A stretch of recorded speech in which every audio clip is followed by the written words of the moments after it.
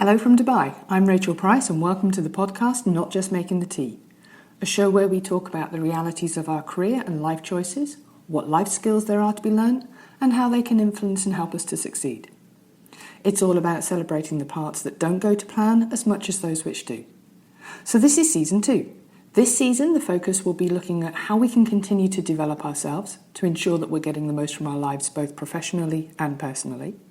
The aim is that there'll be some chats with the experts along the way. Also, the regular podcasts about skills and attributes that we need to continue developing. So please do keep listening. So I hope that you enjoy listening, find the topics thought-provoking, entertaining, and that they add some positive moments to your day. So on that note, let's get started with today's topic.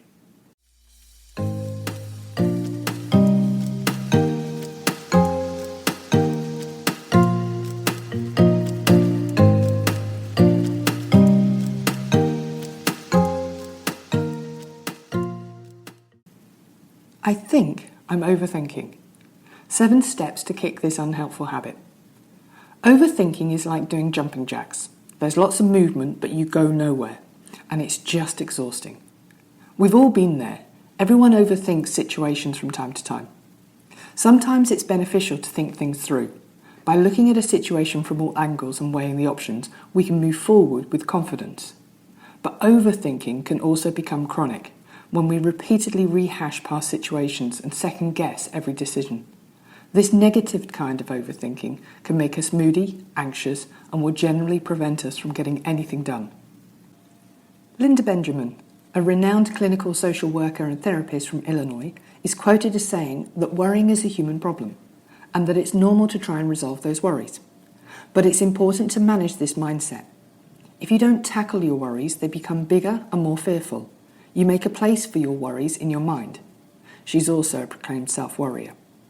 So if you're stuck in your mindset loop, here are some ways to free yourself from overthinking and moving forward. Number 1, pause. The most important key is to notice when you start overthinking, says Benjamin. The first step in addressing the habit of overthinking is to recognize when it's happening. When you start to feel anxious or doubting, take note of how you're responding. Pause and acknowledge what is happening. Number 2, do something different. Allow yourself to own how you're feeling in the moment, but also recognize when your mind is going into overdrive and try to do something about it. In other words, distract yourself. This could be anything from reading a good book, watching Netflix, cooking, or going for a walk. Something to redirect your thinking and your actions. Number 3, challenge your fear of failing. If you find yourself overthinking a decision at work or worrying about a potential outcome, consider that your fear of failure may be what's holding you back from success.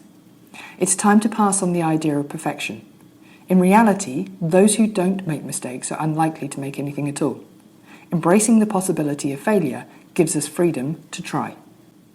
Number 4, think about what can go right rather than what can go wrong. Overthinking tends to be negative and self-defeating.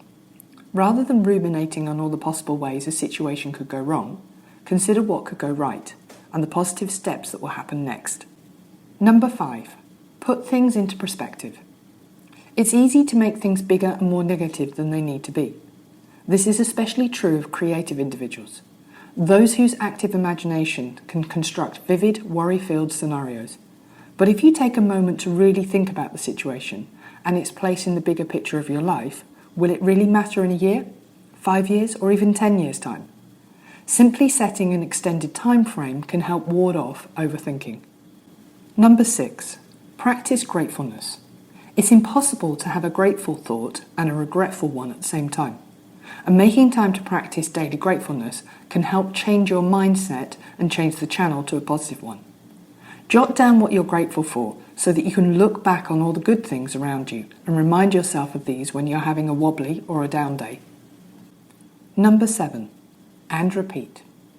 The tendency to overthink may never go away per se, but it is something that can be controlled in time, something you can help yourself with.